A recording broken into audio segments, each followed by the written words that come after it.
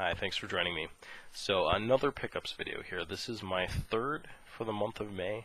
I probably need to get my priorities in order here a little bit. It's obvious I've been getting a whole bunch of stuff. I've been really excited though about getting back into my anime collection, and I do have some games here today. I watched a YouTuber recently I was introduced to, goes by the name of the Anime Collector.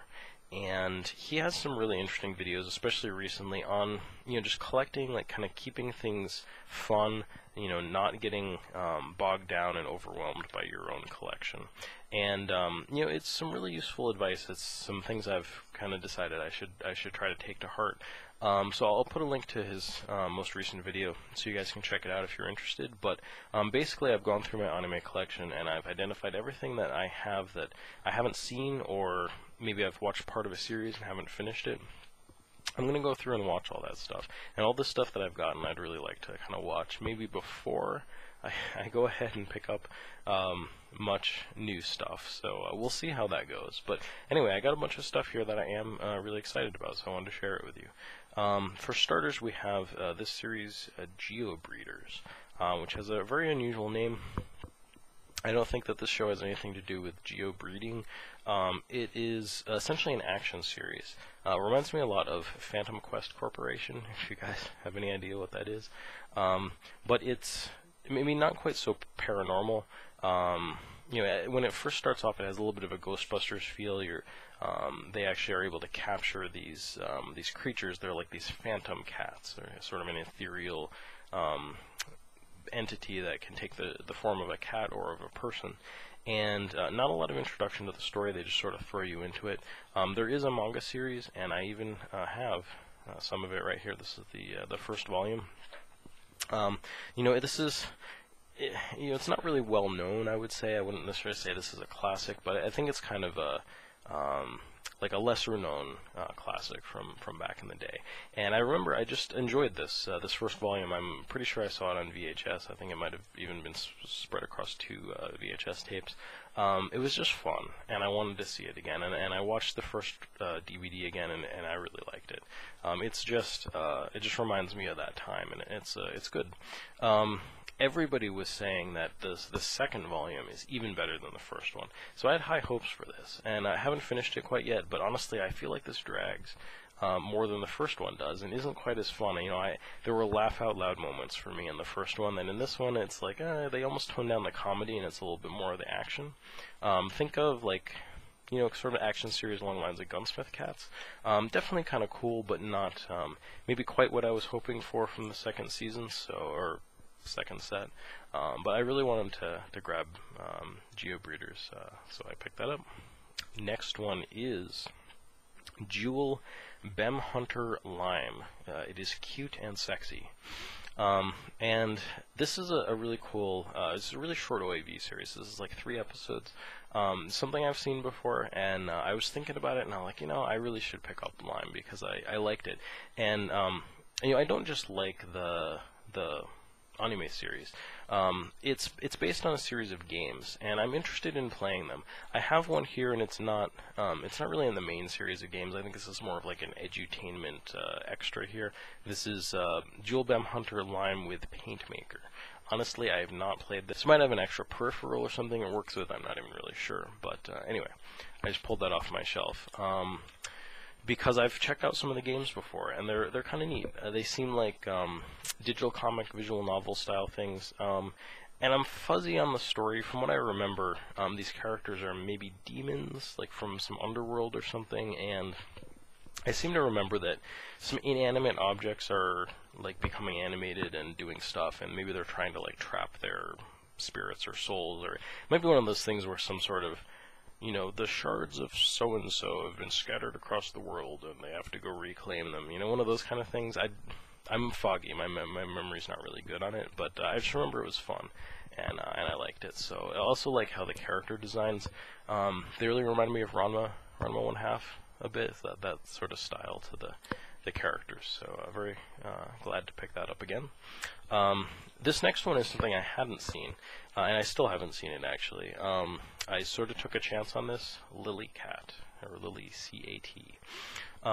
Mostly I got this because I'm just so excited to see them reaching back and releasing some stuff from the 80s that maybe has never been released here before. I really want to support that. Just really excited to see some of this old classic stuff being released now, and I don't want to miss out on it. This, I think, it's copyright 1987, and from what I read, this is just really inspired by the Alien movie. And that was good enough for me. I really like how a lot of that anime from that time period was inspired by Hollywood movies from that time, especially science fiction movies, stuff like Blade Runner. I don't think you can overstate the impact that had on anime. Terminator, RoboCop, that kind of thing. I think those all really had a profound influence on people making this kind of stuff back in the day. So I've been really looking forward to checking that out. I don't know if I saw this back in the day. I may have. Hopefully we'll find out when I see it. Next up is kind of a bigger purchase. This is part of a series that I dearly love, and that's really what got me interested in getting this again, or not again, but kind of completing this series. When I was in college, one of my friends also liked this series. He got me into it. But he was saying, the later seasons aren't very good.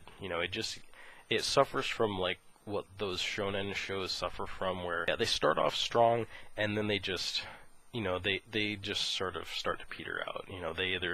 They keep having to like one up themselves with better enemies, and everything suffers from it. Bleach, Naruto, Dragon Ball, like all that stuff. But I just like this so much that I have the first two sets. It's like basically the first season of this on my shelf.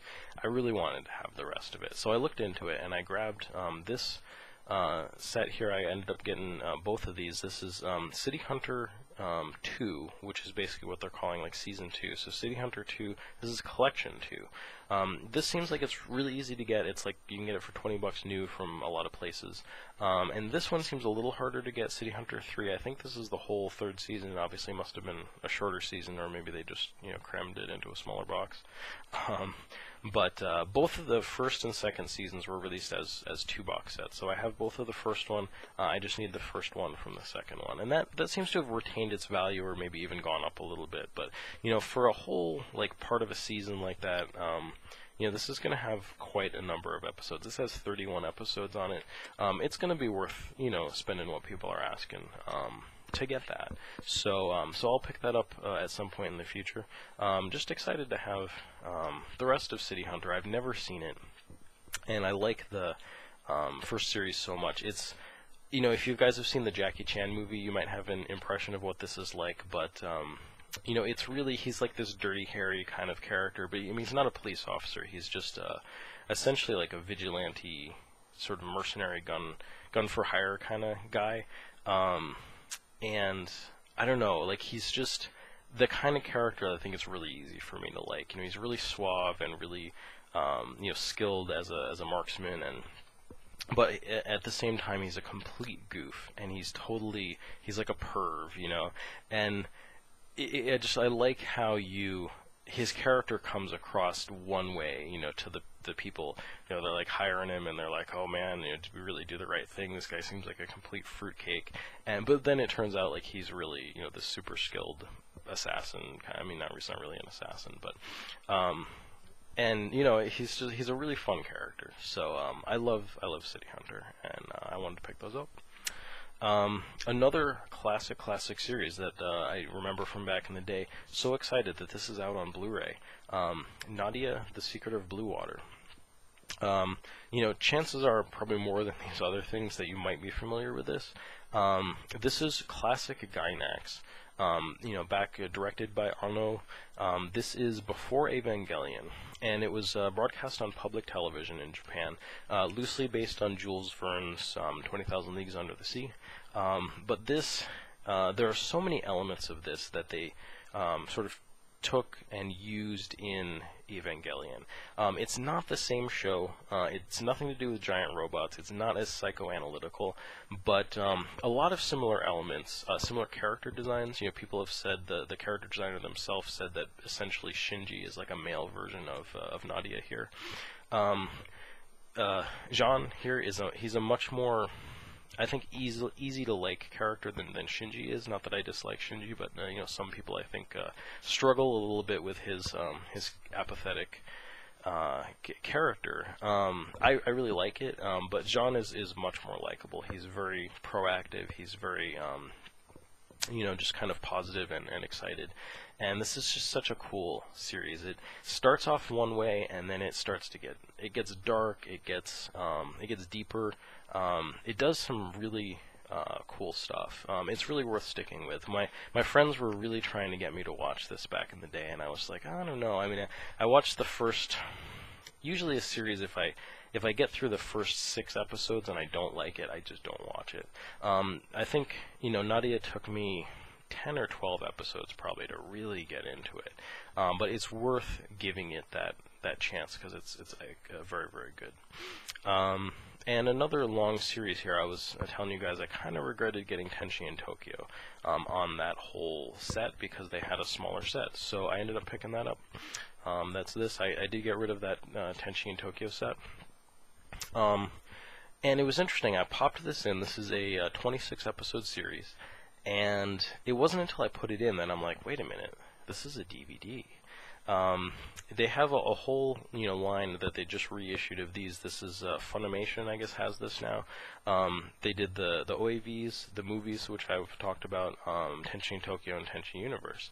And I just assumed that this was the Blu-ray. And I'm like, man, did I just space out and like order the DVD instead of the Blu-ray? So I went and checked, and there is no Blu-ray. From what I can tell, this is just a DVD release. So I was surprised about that. I'm not sure exactly why that is, but you know, DVDs are just you know, I must say they're just as good as Blu-rays. But I mean, if there is no Blu-ray release, I'm not going to be sad about having the DVD release of this. I started watching it, and it's so good. I was really happy. I had never seen Tenchi in Tokyo, and I'm not disappointed in it at all. I'm probably 7 or 8 episodes in, and I'm really enjoying it. It's shaping up to be one of the best Tenchi series that I've seen. So I hope that the quality is consistent throughout the series, because it's definitely a lot of fun. Speaking of Tenchi Muyo, there is something on Blu-ray which I was able to get. This is a new Tenchi Muyo series, and you know, I hadn't really heard about this. I think I ended up noticing it on a shelf, and I was just like, oh man, I wonder if this is any good. But I had Tenchi on the brain, and so I looked into it, and people are like, you know, if you like Tenchi, you will really like this. And then other people are like, this is really good, even maybe that hadn't seen Tenchi before. So, so I'm stoked, really excited about this. We have Tenchi Muyo War on Geminar. And I feel like, you know, I'm getting more and more pumped up the more I think about how just the potential for a new good Tenchi Muyo series just seems like the greatest thing to watch. So I'm watching Tenchi in Tokyo. As soon as I'm done with that, I'm going to put this in, and I hope that it lives up to my expectations. Really looking forward to checking that out. So that's my anime this time. I did get some games. I'm still going back and just kind of being nostalgic about some stuff, but yeah, for starters, PlayStation 1. I only got one PS1 game this time, but I picked up a Super Puzzle Fighter 2 Turbo, which I like how that's kind of it's almost a self-parody of the naming conventions in the Street Fighter series. But this was, you know, a really fun one from back in the day. I kind of think of this in the same breath as Pocket Fighter, Super Pocket Fighter, or something like that. I almost actually was going to get Pocket Fighter, but I looked back and it seems to have retained its value. And it's also, when I think about it, I didn't like it that much. I just remember kind of my friend Ann kicking my butt in it a lot. But this one I actually really got into. It's one of the first, maybe the only puzzle games that I've really like practiced at and got good at. With at least a couple of the characters. I know I was able to beat the game in its entirety. I think it really taught me like how to start to strategize about puzzle games like this. I mean, granted, I don't know if that really carries over into other stuff like Puyo Puyo or the Ranma puzzle game that I was playing and that sort of thing. So I mean, maybe it was only applicable to this game, but I definitely had a lot of fun with this one. Really good memories. So I wanted to have that one again. I was also thinking about the GameCube. I watched a video recently, someone was talking about it, and it just got me thinking, because it's really at the bottom rung of my game systems that I have. I do not give the GameCube any love, and I think that some of that has to do with like a lingering bitterness about the whole Capcom like Resident Evil fiasco, because at that time I really wanted to just have one or two of the current gen systems. I was not in a position to want to have all three of the then current gen systems. It just annoyed me to no end that they had this exclusive deal for Resident Evil 0, the 1 remake, and Resident Evil 4 on the GameCube. Some people are going to see that as Nintendo really trying to support their platform with some games that, like, hardcore gamers might be more into. But for me, it just rubbed me the wrong way. But in a lot of retrospect now, I'm looking back on the system, and I'm kind of saying, there's no point in giving it too much flack. In some ways, there are some parallels between it and the Dreamcast in that generation. So, anyway, I just realized my GameCube collection is extremely small. Just 2 Resident Evil games, 0 and the 1 remake. So, I picked up PN 03, part number 03. I don't know a lot about this game. I looked it up a little bit. The main reason I got this is because this is part of that Capcom deal. This is the one game that stayed exclusive to the GameCube. I guess Resident Evil 1 remake, I don't know if ended up on anything else either. But anyway, this was exclusive, and as far as I know, Shinji Mikami was involved in the development of this. So I was like, that seems like a pretty cool thing to check out. A lot of people say that this game is kind of underrated. It wasn't super well reviewed when it came out, and I really think retrospect and not having to shell out new money to get a game sometimes can really give people a different opinion, a different perspective on an old game. So I'm definitely interested to check this out. I figured, it wasn't very expensive, so I grabbed that for the GameCube. This next one I'm going to blame on Shintai. He recently reviewed Bullet Witch, and it was completely panned by him. Really, he did not like this game at all, and Bullet Witch.